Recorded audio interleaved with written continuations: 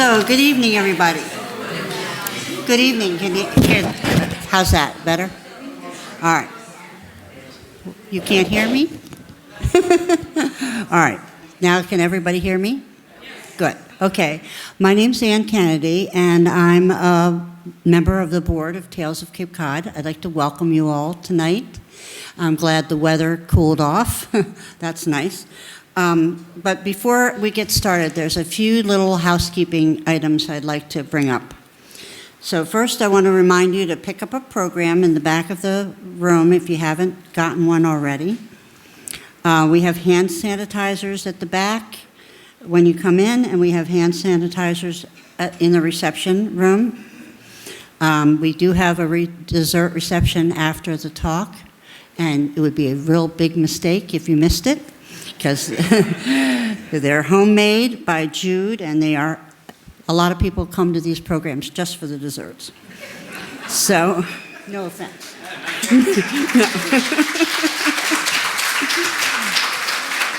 So, our speaker will be present signing books, and I do want to give a shout out to Titcomb's Bookshop.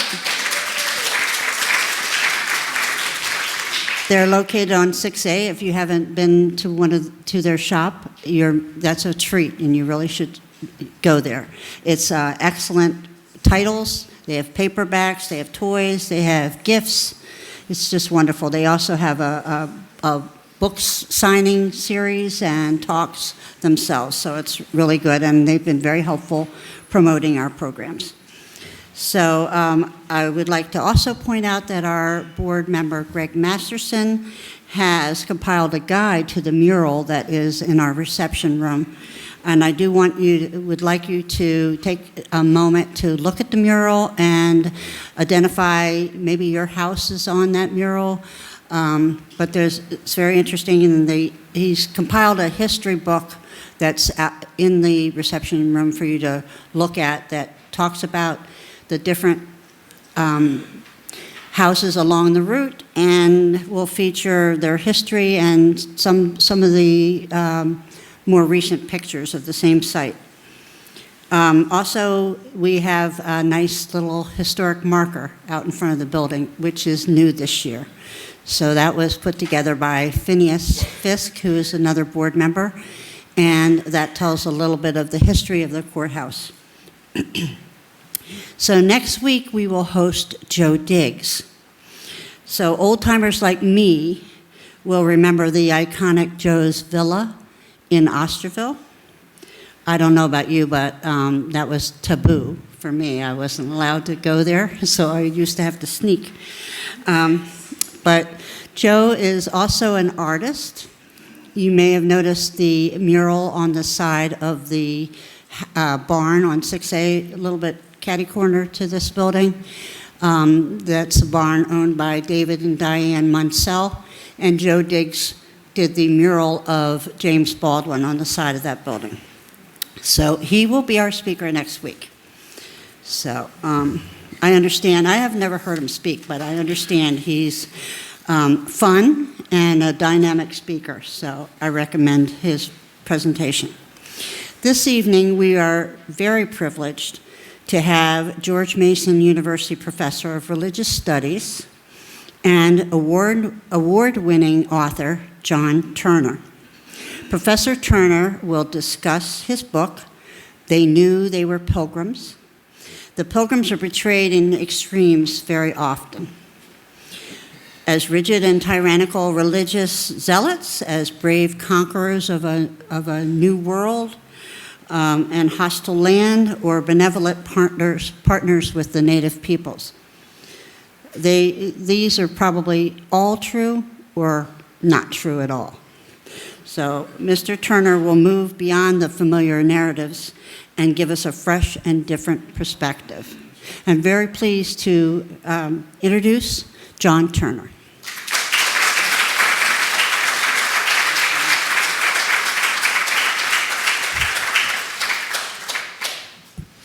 You really shouldn't clap in advance because you don't know if it's going to be any good. And if you just came for the dessert, that's entirely understandable. actually thinking of not signing books and just proceeding to desert myself at the end. I asked her how long I should speak, and it occurs to me this is a former, in addition to being a former courthouse, it's a former church. She said just about as long as a 17th century sermon. So, I'm kidding, she didn't say that.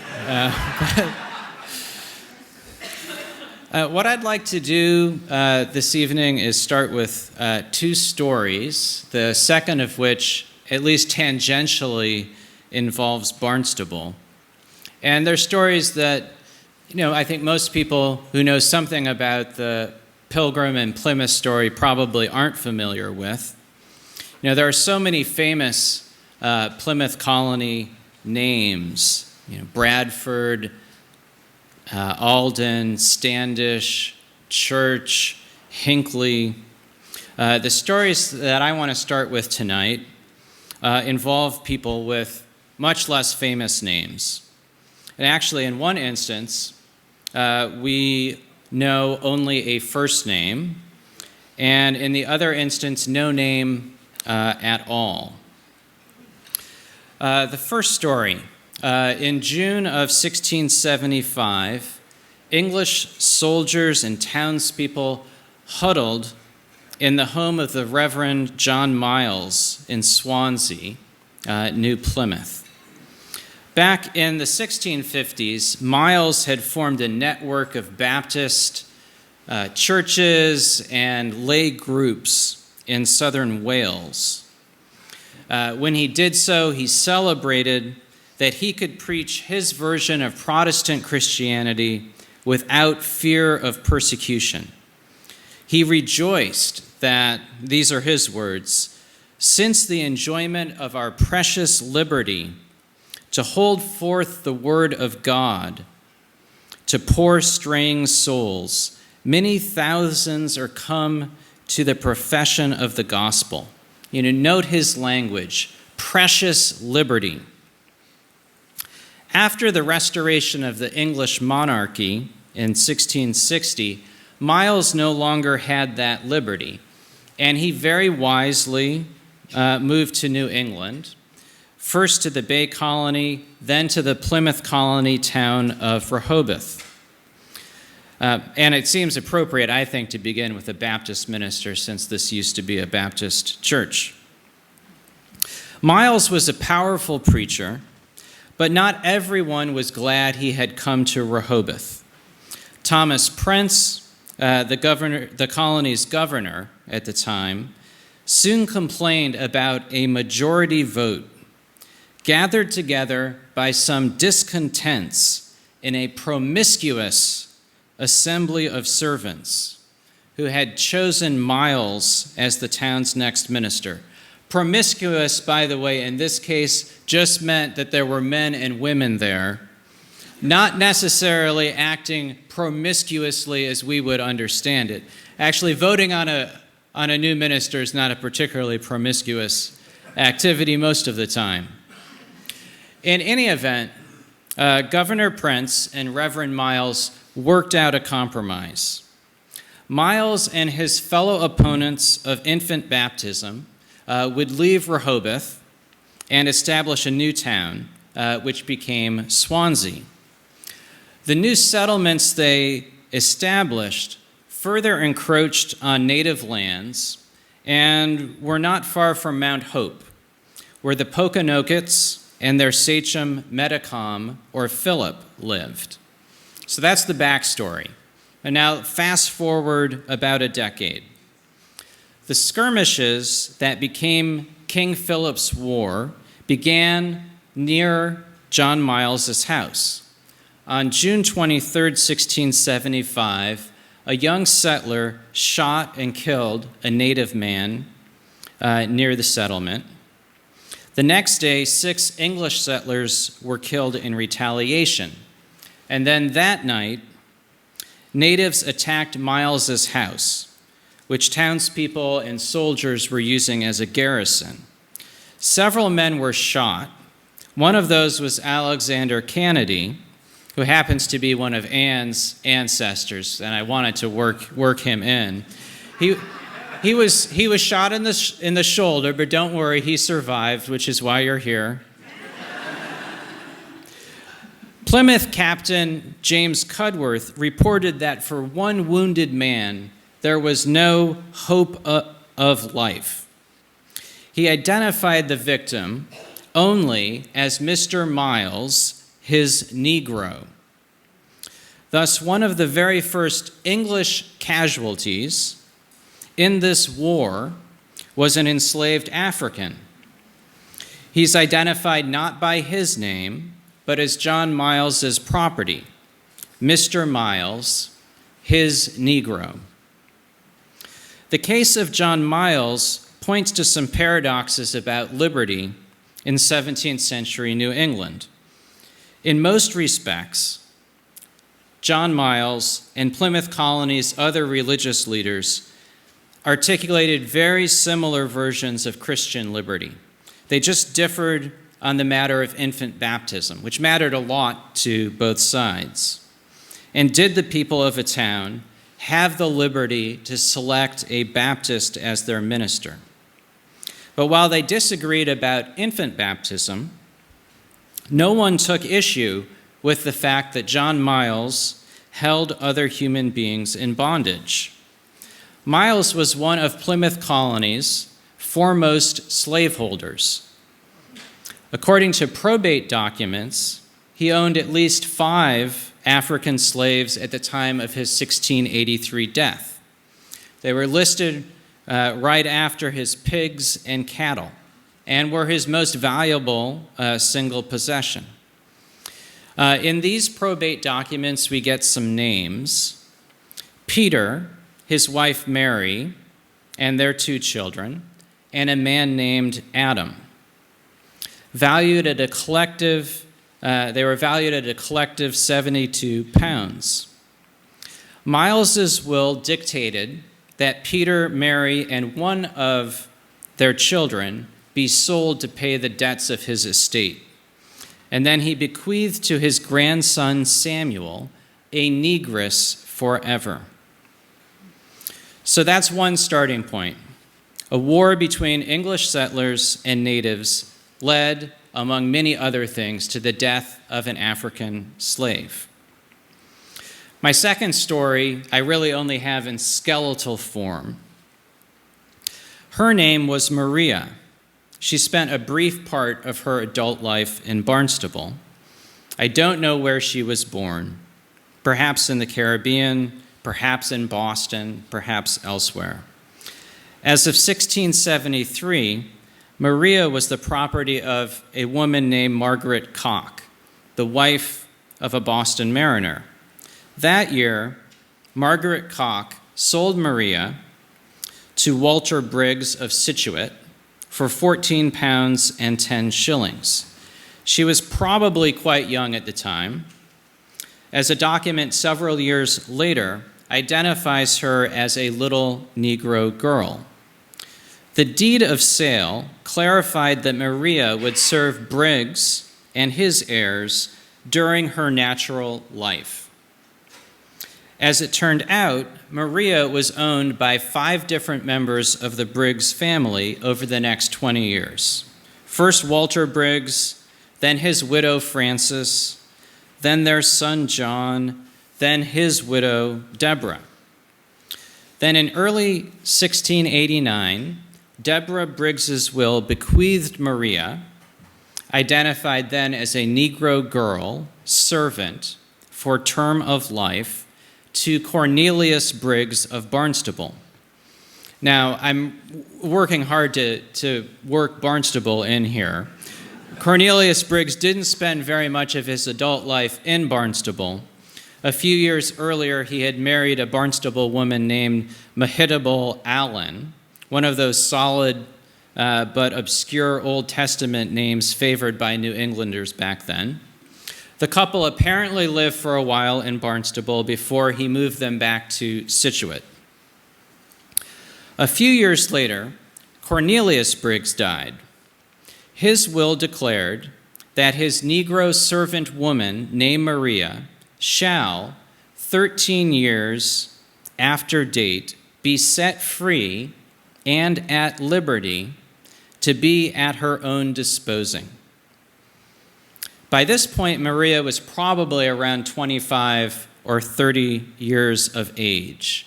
So theoretically, she would become free maybe around her 40th year, 45th year. Cornelius's brother James, the executor of his estate, sold Maria to Stephen Otis of Scituate for 11 pounds, stipulating that she would serve him for 11 years. A couple of years had passed by this point. We don't know, or I don't know, whether Maria lived another 11 years. Don't know whether she ever received her liberty. If she lived that long, did Stephen Otis honor that agreement or not? So, why start a talk on a history of Plymouth Colony with anecdotes about obscure slaves in Swansea, Scituate, and Barnstable, and about people who lived half century after the famous folks on the Mayflower? It's not because, as far as I'm concerned, the Pilgrims are trite, or because we don't need to hear their story for the umpteenth time. I don't know whether folks in this part of New England get pilgrim fatigue. I don't know if that's a thing. I don't have pilgrim fatigue myself. Down in Virginia, I think people are more likely to have pilgrim envy when it comes to early American history. There's some folks in Virginia, they claim they had the first Thanksgiving, but they don't have any proof of it. So, you know, you can find some Thanksgiving down in Florida in the, 16th century anyway. But I talked about Maria and John Miles's slave, not because Americans need to leave the Pilgrims behind and move on to other stories. Rather, I want to use these stories about Plymouth Colony slavery to engage some current American arguments about our nation's past.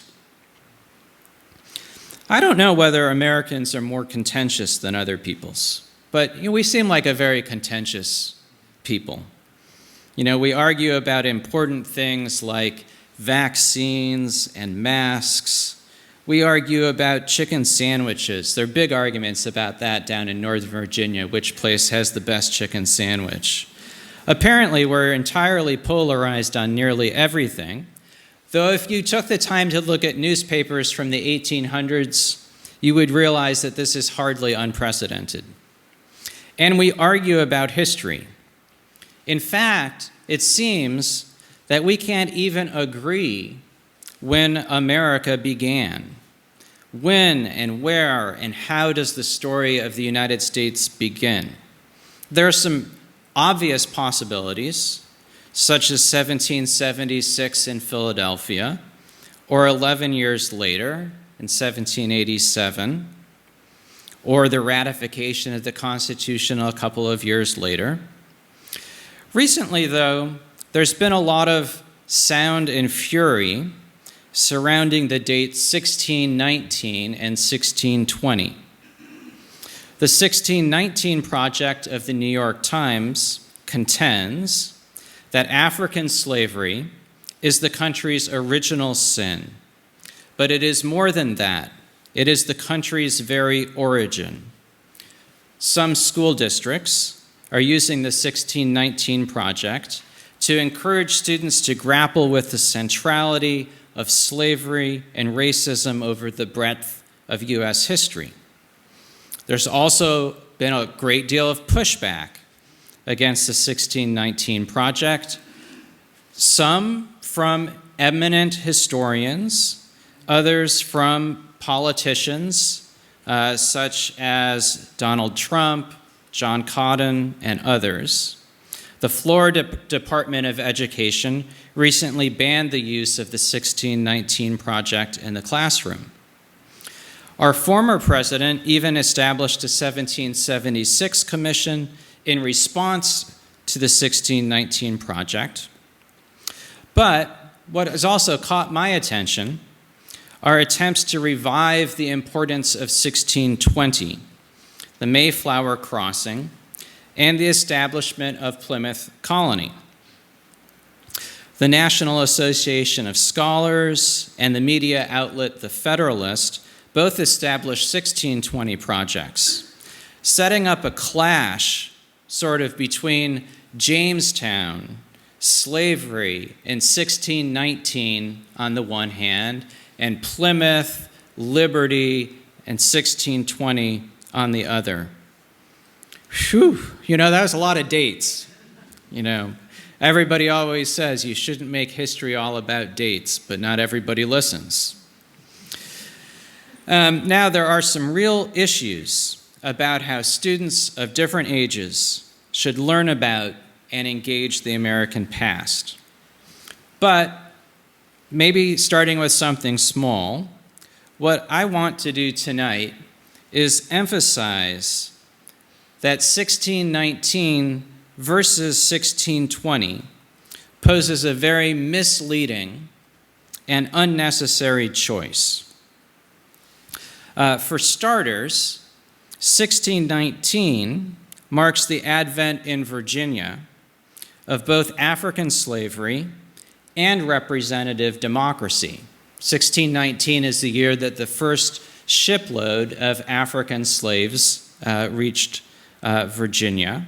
It also marked the advent of what became the House of Burgesses and elected representative legislature.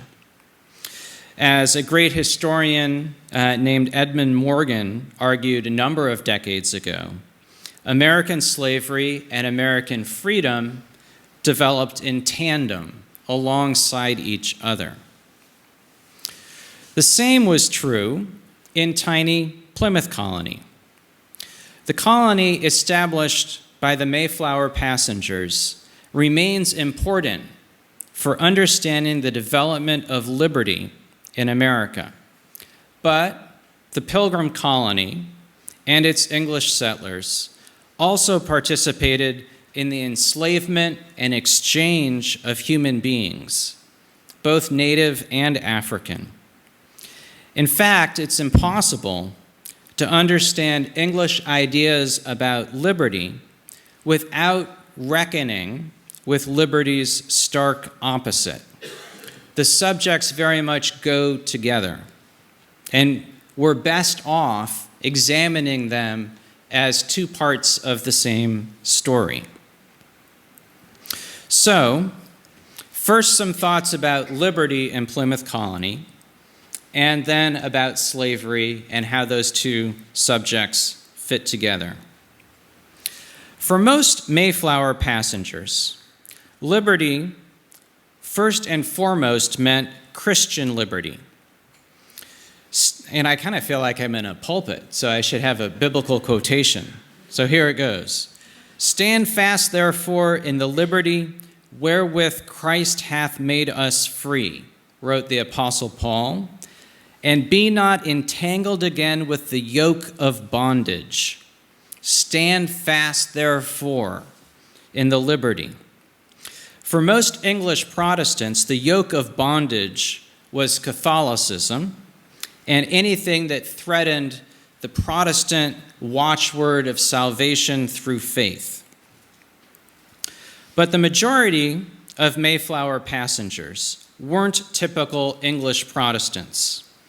They were separatists, men and women who had withdrawn from the Church of England to form their own congregations. They had covenanted with God and with each other to walk in the ways of God as they understood them. They thought the Church of England itself was under that yoke of bondage with its bishops, church courts, and unbiblical ceremonies. For them, Christian liberty meant the obligation of true Christians to withdraw from that corrupt church and to form their own covenanted congregations. And then they would elect their own officers, admit new members, and exercise church discipline. Exercising church discipline doesn't sound like a super exciting thing to do to most of us these days, but it mattered a great deal to these folks.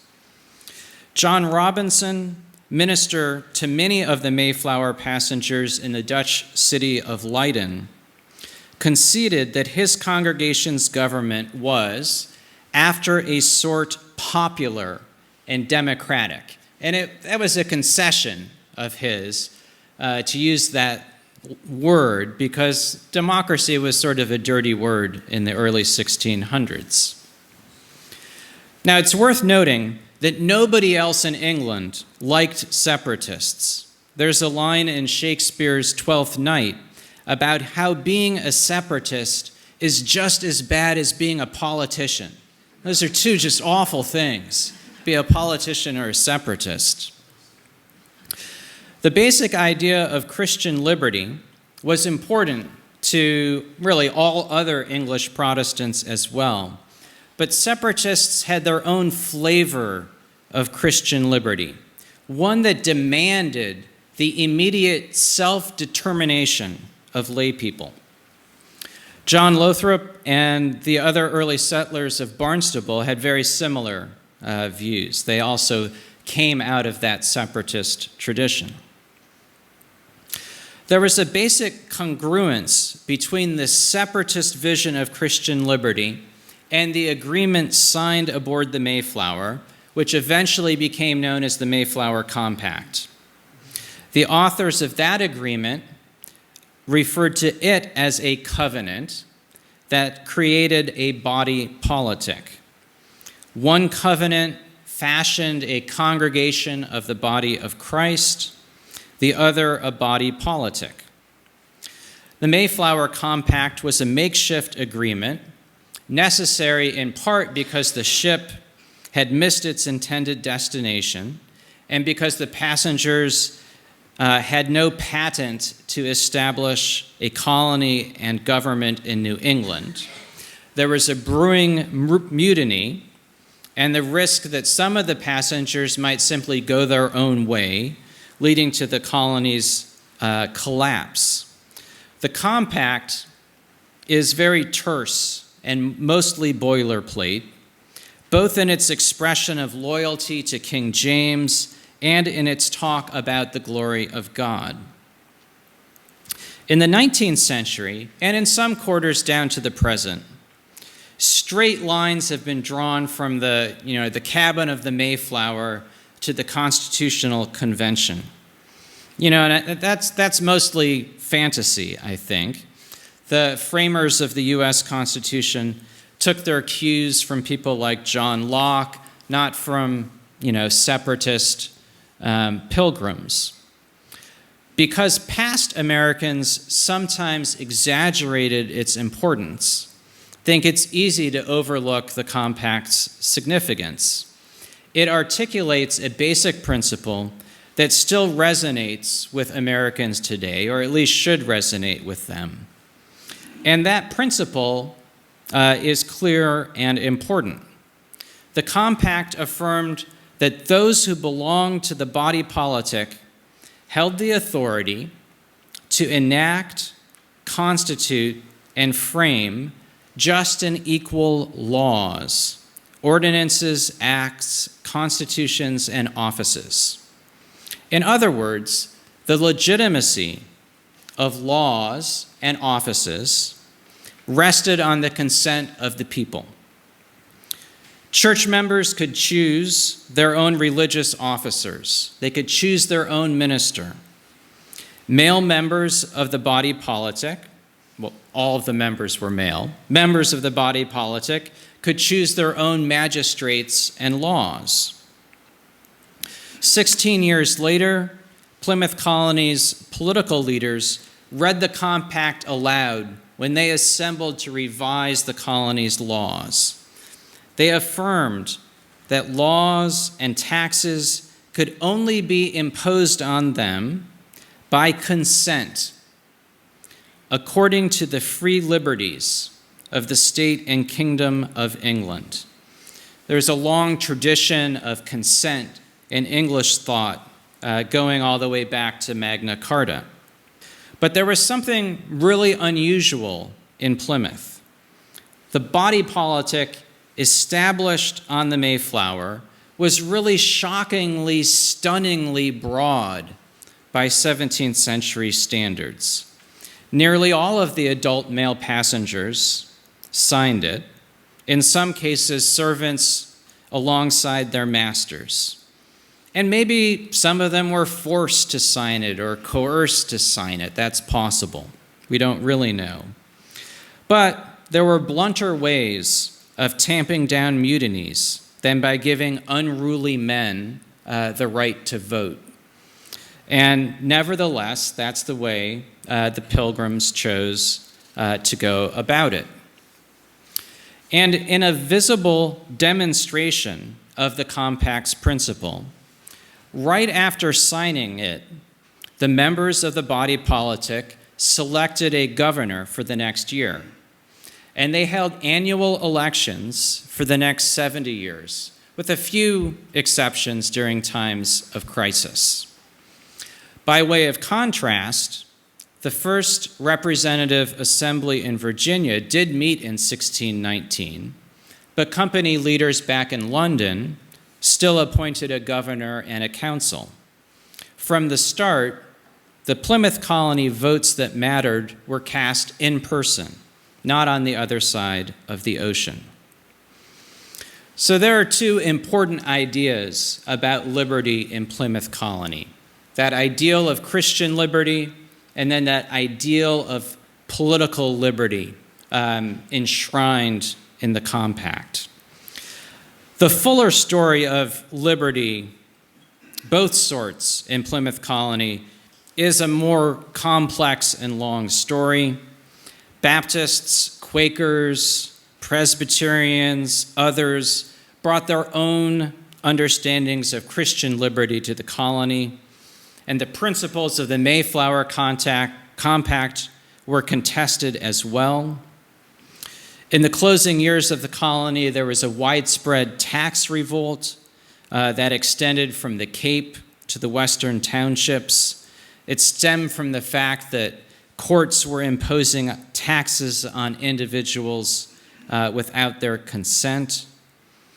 So liberty and contests over its meaning were really the warp and woof of Plymouth Colony. Liberty mattered a great deal to these settlers. So that's one part of the story. But what I want to suggest is that this story can't be told properly without full consideration of liberty's opposite, slavery. Until recently, I think one might have been forgiven for thinking that slavery was not an important part of Plymouth Colony's history.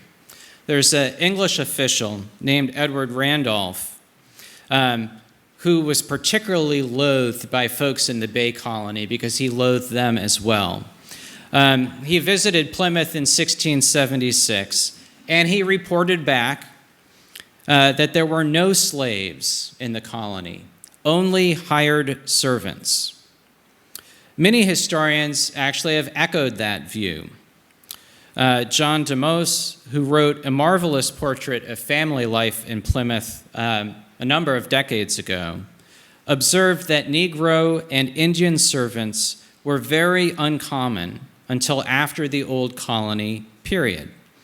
And I think this view is in accord with the sense that Plymouth Colony was a tiny, isolated, impoverished backwater. You know, one would hardly expect to find slaves in a place removed from the larger intellectual and economic networks of the Atlantic world. Well, that turns out to be incorrect. There's been a lot of excellent scholarship on the history of slavery in New England in recent years, focused both on African and Native peoples. And I want to step back just for 1 minute. what does it mean for somebody to be enslaved?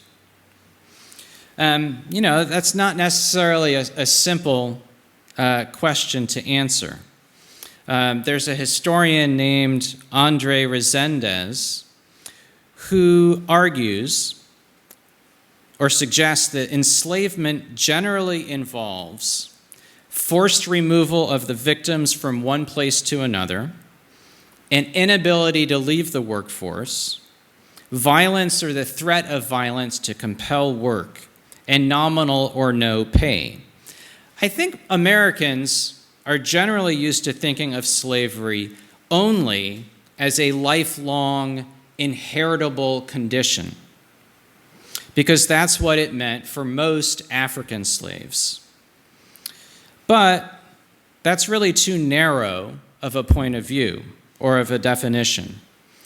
Is someone forced to work for another family without pay for 25 years a servant or a slave?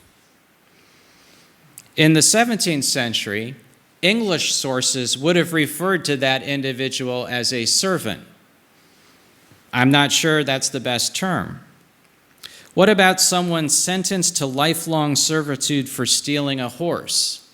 Is that individual a servant or a slave?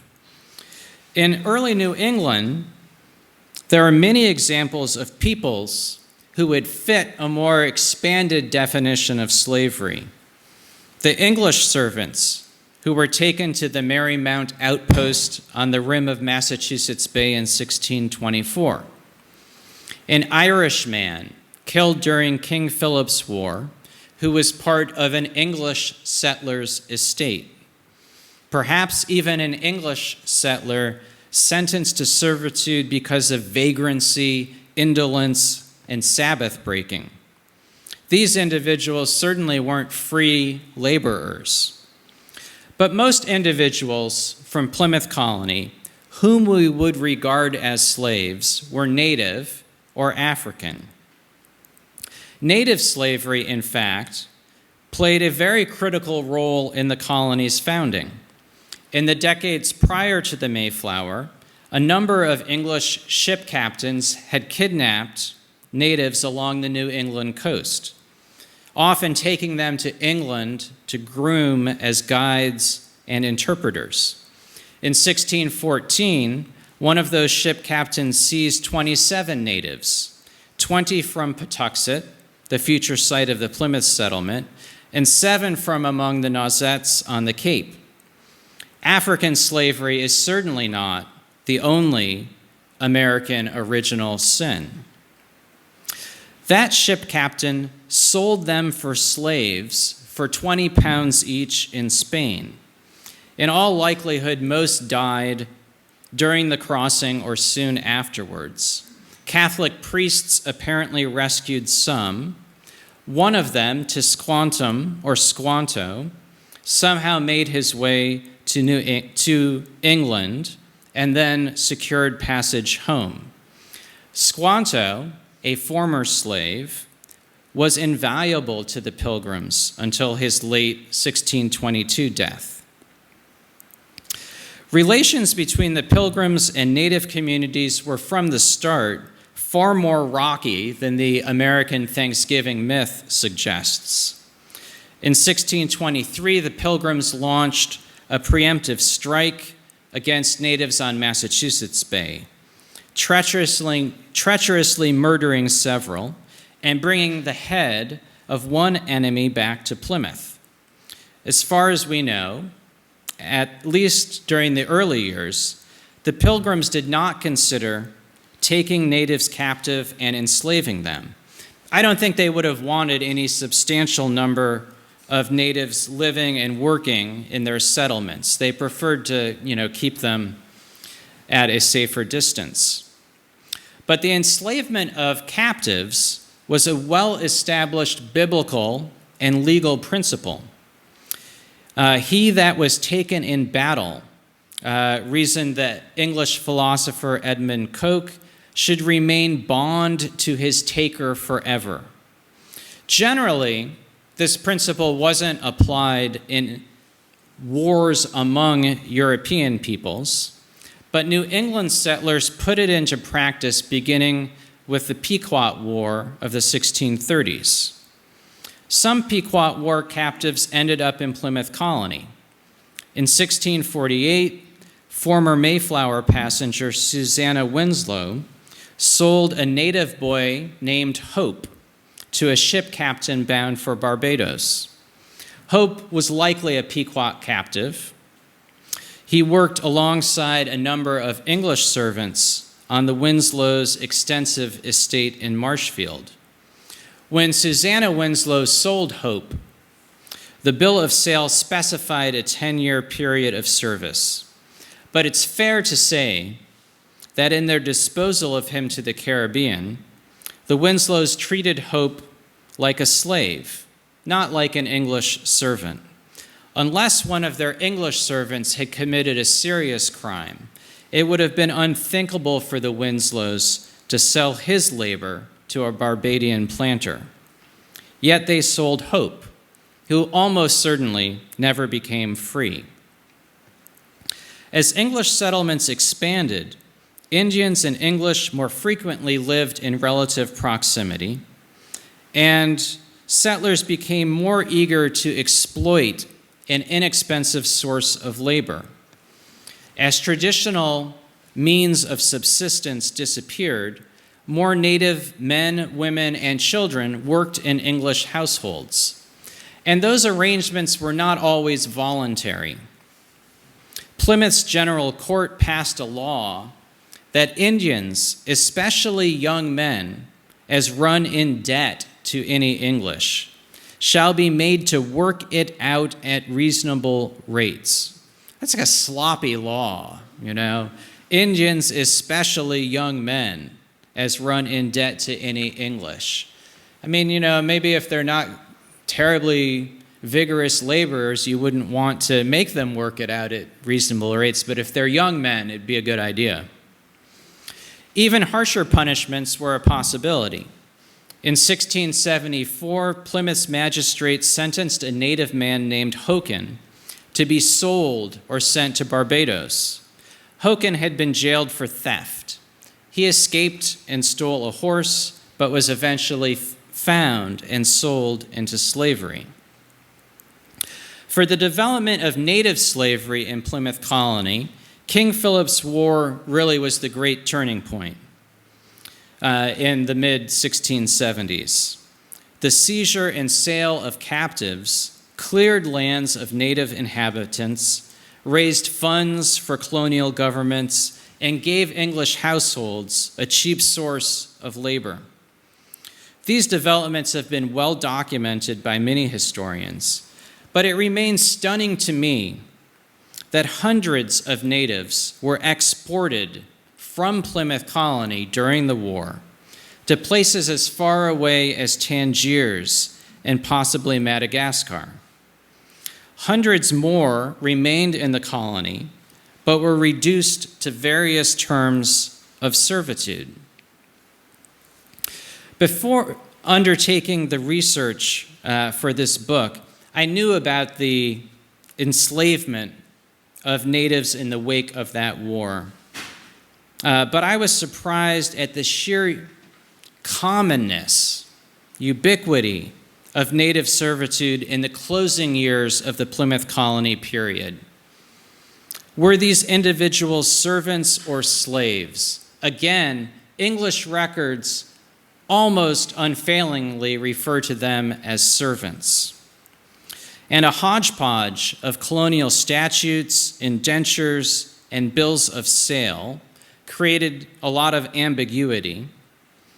The result was that many natives labored for English households in a murky and ill-defined capacity.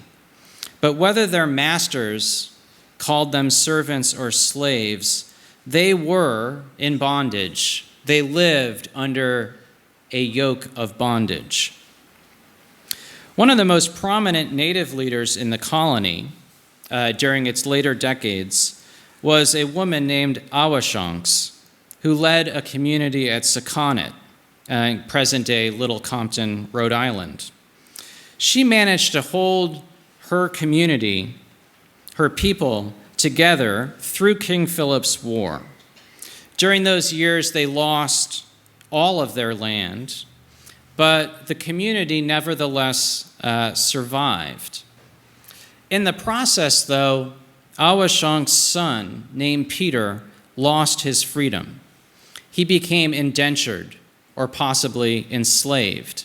In the inventory of one English settler's estate, he was valued at £3. I started with a couple of stories about African slaves in the colony. Their number also grew during the colony's last 2 decades.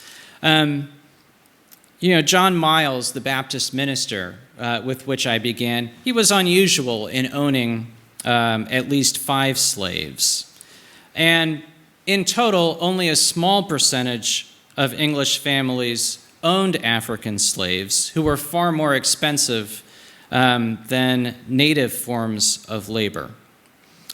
Plymouth's government never passed any laws regulating or codifying African slavery. But if one looks carefully through the records, one can find many instances of African slavery in Scituate, Barnstable, Bristol, Little Compton. In other words, across the colony. English settlers were accustomed to seeing Africans in bondage, and they understood that it was a lifelong and inheritable condition unless an owner chose to free his or her slaves. English settlers wouldn't have been surprised to see an enslaved woman like Maria. So in Plymouth Colony, these 2 threads developed alongside each other, liberty and slavery. In fact, the English argued and used that language of liberty often in conjunction with discussions of slavery. They didn't want to be deprived of their liberties and made slaves. They equated the deprivation of political or religious liberty with enslavement. There were some objections raised to the lifelong enslavement of natives in the colony, but as far as I know, no English settlers in Plymouth Colony objected to English ownership of African slaves. What do we do with this history, you might ask? Perhaps some of us are outraged by the blind spots and transgressions of those in the past. Or maybe at the same time, inspired by past leaders as well, both by native leaders like Awashonks and English leaders like William Bradford. Mostly, I think we should be humbled by the past, moved to learn more about those who came before us, figuring out how they understood their world and their place in it broadens our own lens on things, gets us out of the narrowness of our own present-day times and places. We are, after all, both very different from those who came before us, and at the same time, very much like them, often concerned for our own liberty and our kin, much less concerned about the fact that others live without the liberties we might cherish. Thanks very much. I'd love questions on anything pertaining to Plymouth Colony, whether or not I talked about it tonight. Yeah.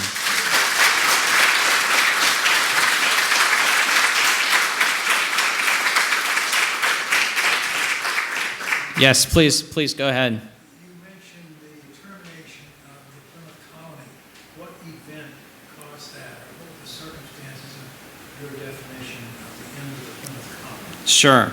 Well, in 1684, oh, sure, that's a great, thanks for reminding me. The question is, what precipitated the end of the colony, or how do I define the end of the colony?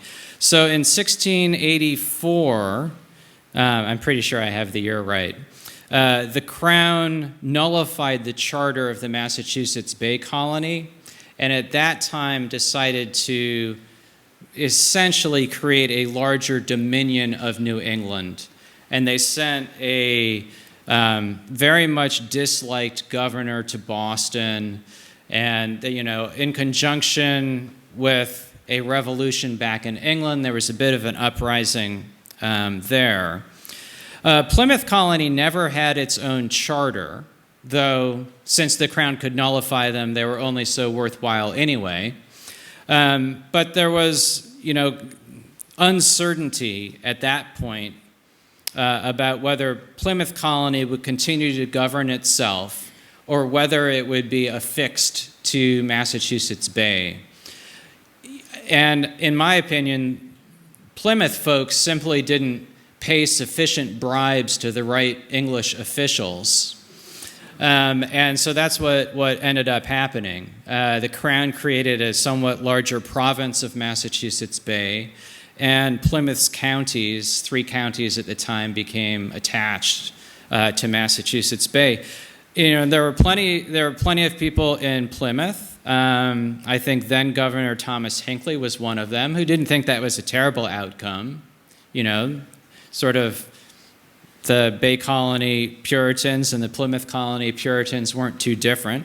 There were a lot of other people, actually, who were quite upset about it, including Quakers in Sandwich and Baptists in the western part of the colony, who had sort of obtained a grudging amount of religious liberty in Plymouth and then had less when they became part of the Bay Colony. So it's a great question. Yes? The last time I was at Plymouth in the native village, the natives were talking, like a Gaelic character. Mm-hmm. And they were telling me that Squanto was not who they thought he should have been. They weren't enamored with him. Have you heard that? Sure. I mean, so, there's a line in William Bradford's history, and if you didn't hear the question, it was a suggestion that maybe not all of the Wampanoags were enamored with Squanto. And I think the reason for that is, as Bradford comments, Squanto played his own game. That was one of Bradford's favorite sort of phrases. He uses it a couple of times to describe a couple of people. And the idea is that Squanto is trying to accumulate influence and power using his relationship with the English against the Pokanoket leader Usamequin, or Massasoit as the English called him. So I think that's probably what they were referring to. And if you go with Bradford's history, that does seem to have been the case. That Squanto used his relationship and influence with the English for his own purposes. And how did he die? Well, he died, I don't know exactly what disease it was, but he was on a trading mission. There was actually all of this intrigue and uncertainty about where his true loyalties lay. But the Pilgrims really found him indispensable. Although a few of them, like Edward Winslow, had learned Wampanoag, most of them hadn't, and they really valued Squanto as a translator and guide. And so he was on a trading mission around the Cape. I think they'd gone around the tip of the Cape, and he died during that trip. So, great question. Yes? Going further on that, there's some people that say he was poisoned by the Wampanoags. Have you seen anything that say that? I haven't. Was Squanto poisoned by the Wampanoags? I haven't seen anything to suggest that he was. And also, I would, by that point, I would say that his main enemies would have been, peoples to the west of Patuxet, Plymouth, not people around the Cape. So, I think that's relatively unlikely, but you never know. So, yes.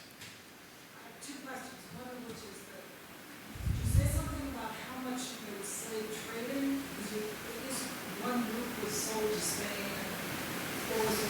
using labor here. So, How that shifted once it was mass scale. sure. So that's a good question. So were we talking slave trading across the Atlantic or mostly within the colony or within New England? So that was an example, there's that first example of, it was a Captain Hunt who had sold Squanto and others in Spain. And the English, including the Pilgrims, really denounce him for that. That's something the Spaniards would do. English wouldn't do anything like that. And then in the by the 1670s, the English are certainly comfortable taking war captives and selling them elsewhere. They want to sell them in the Caribbean. The Caribbean, British colonies in the Caribbean, they don't really want them because they think they might, revolt. And so they have trouble selling them there. They do take some across the Atlantic to places like Tangiers and to Spain. Mostly, though, they're sold among the colonies, various places in New England. Those would be the bulk of the transactions. Good question. Yes. Did you want to follow up? The second question is to something, could you say, elaborate about the clash between matrilineal ownership of property in the Native American culture versus the patriarchal and the colonial culture? How that played out? Well, that's a good question. I don't know. The question is, can I say something about sort of a clash or contrast between matrilineal ownership of property in Native societies and patriarchal structures in English societies? I mean, maybe I could say something about it, but I don't know if I'm prepared to say anything intelligent about it. And usually in those circumstances, I try not to say anything.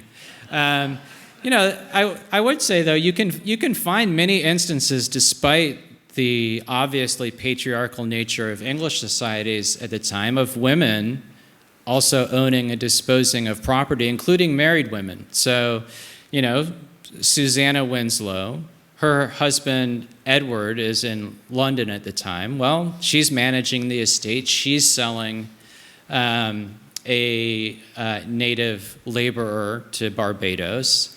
So, I mean, it's also interesting.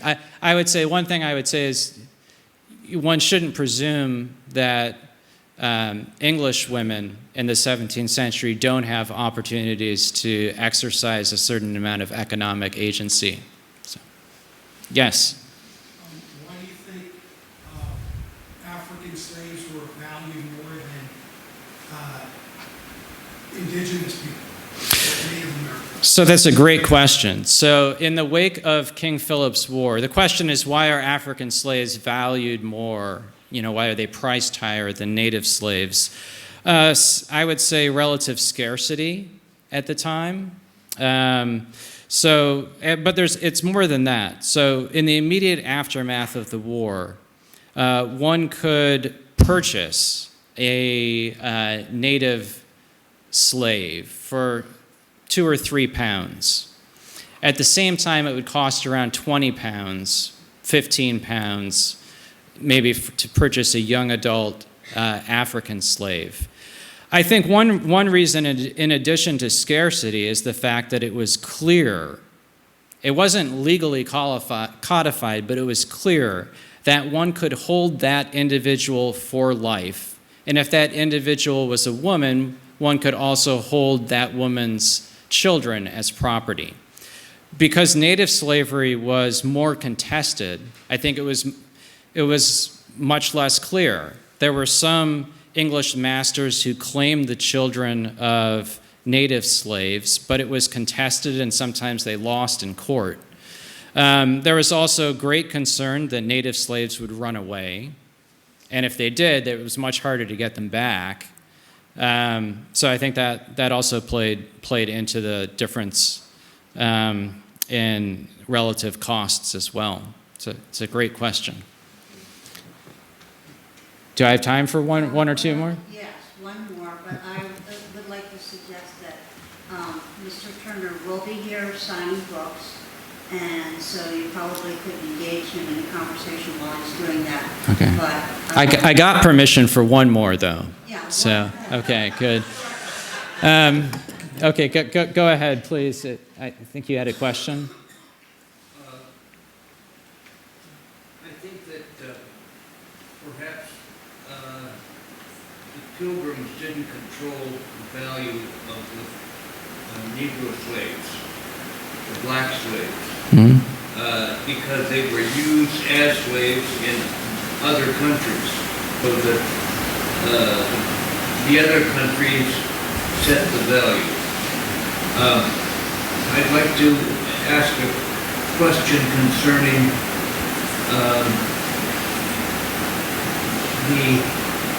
when the Pilgrims left England, they went to Holland, and they were afraid their children were becoming Hollandese or Dutch, yeah. and so they wanted to get them out of that environment and to another country. They had 2 ships for that purpose. One of them proved to be leaky, and so they abandoned that ship. Then they crowded everybody into one warship, but they couldn't take everybody. But when the ones they took weren't all of their religion. And what happened to those who were who demanded a second ship, but all of a sudden there's too many, so they take Sure. non-pilgrims with them? So it's a great question. So, what happened to those who were left behind when one of the ships got leaky, and why do you end up with some non-separatists on the Mayflower? Well, the reason there were non-separatists on the Mayflower is because there weren't enough separatists, and the adventurers or the non-separatists, they would pay to go.